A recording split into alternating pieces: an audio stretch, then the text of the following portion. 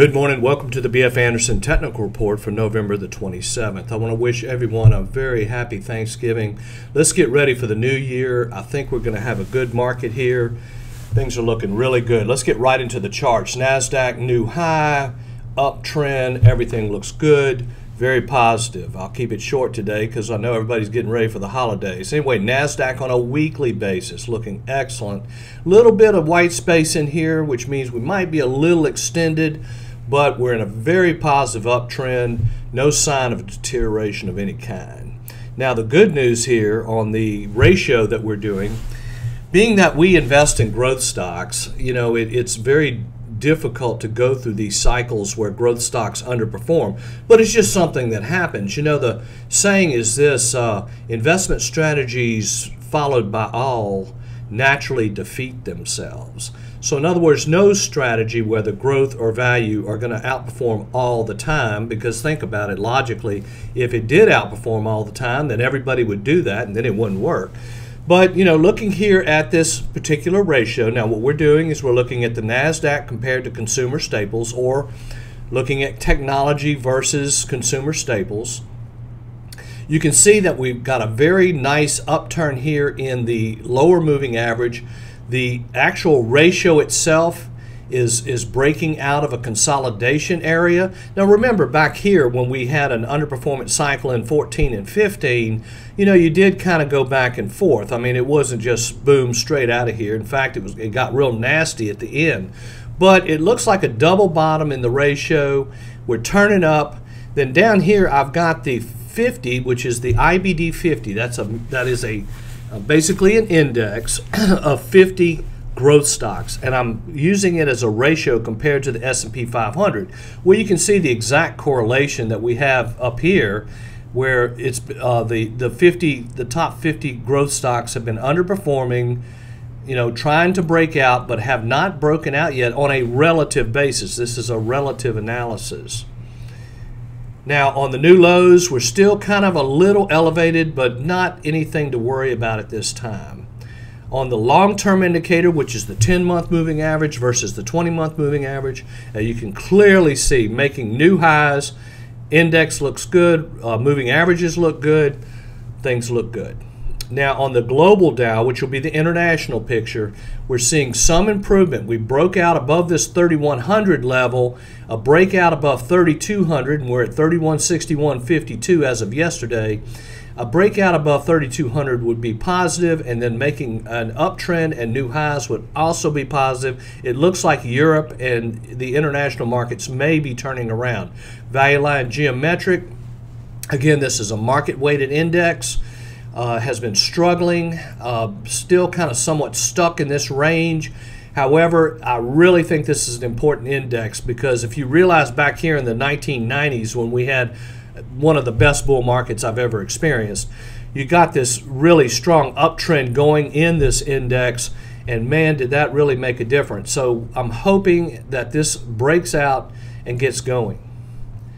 Now here's something very interesting. I attend a webinar every weekend, and a fellow that puts the webinar on shows different indicators.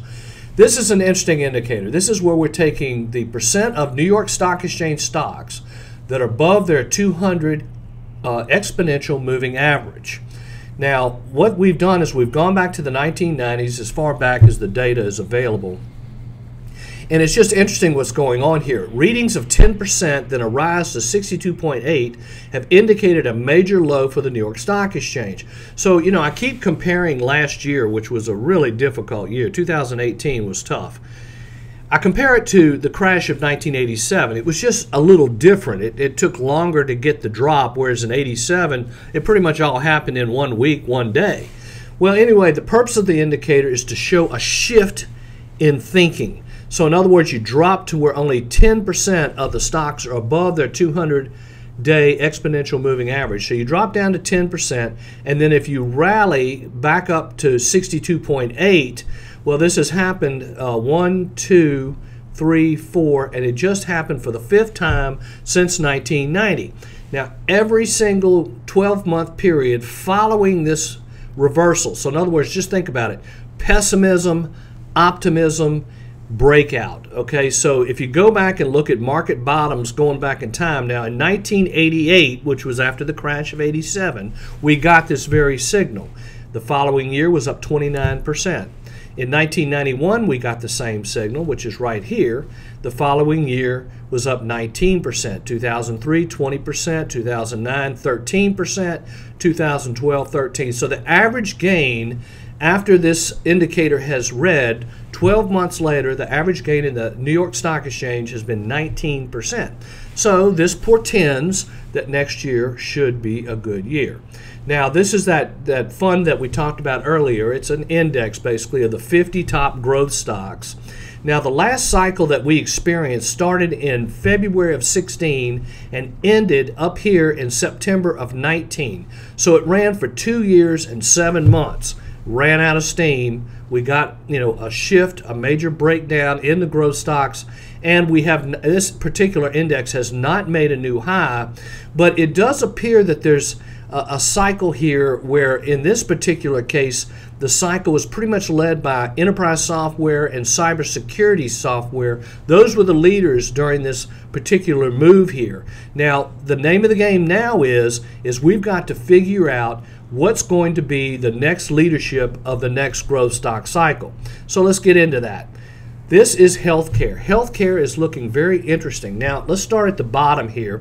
What I've got here is a ratio comparing healthcare, which is the XLV, comparing it to the S&P 500. You can see that for the entire year, for the last 11 months, this particular ratio has been, well, healthcare stocks have been one of the poorest performing groups in the market. The only thing that was worse was energy. So it's possible here that healthcare stocks could just be getting started on a breakout and becoming the leadership. The leadership looks to be right now anything to do with 5G technology and healthcare. So we got a major bullish breakout.